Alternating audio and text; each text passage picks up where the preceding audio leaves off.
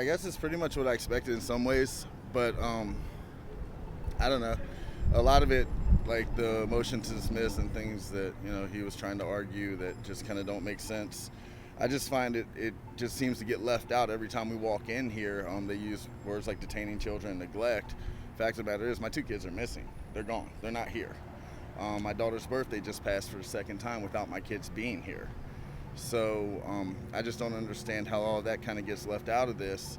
And what becomes important is her mental status. I mean, I don't mean to sound insensitive. I really don't care about her mental status at this point. I want my children home. As far as charges go, I don't care about that. I want my children home. So, I mean, just a lot of this, I'm just hoping it's a means to an end. At one point, you crossed over and sat right behind Catherine. Mm-hmm. And leaned in. What was going through your mind when you did that? I just wanted to see what they were saying. They were over there. I wanted to see what was being said. I mean, one of the things that she had told me when I talked to her, actually on Sarah's birthday, I called just to see if that would be a point where she might break and say something. What she did say to me, because I had asked her about wanting to be competent before and working towards competency, and what she had said to me was that she didn't want to go back to jail. This was pretty much the lesser of 2 evils, and that she's being advised to stay incompetent. You don't believe her? She told me she's basically being advised to be incompetent and she doesn't want to go back to jail. So, I mean, I believe her then. I don't believe what she's doing here. Whenever I talk to her, there's no confusion about the charges. She knows that that 2 of the charges carry 5 years. She knows the other ones would be time served.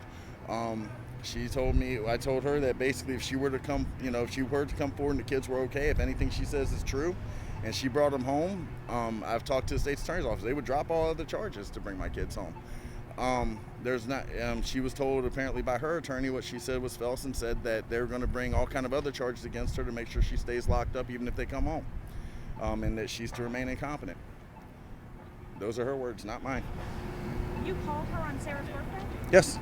And how long did you talk to her? Probably about, I think, actually I was looking at the phone, it was like 16 minutes.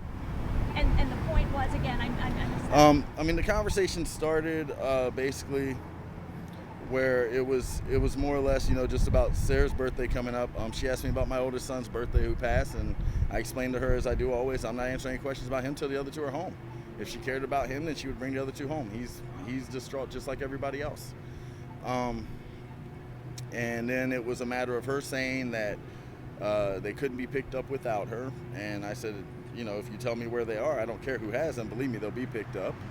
I also, I let her know that everyone out here understands the distinct possibility that she killed my children. She denied that again. And the conversation basically just went into her lack of competency, what it means, what the charges are, where she explained them fully to me. So I don't know how in here it's being said that she doesn't understand, because she explained them the same way, quite frankly, that Ryan and John have explained them to me. So she flat out told me that she's being advised to remain incompetent. And that was the conversation.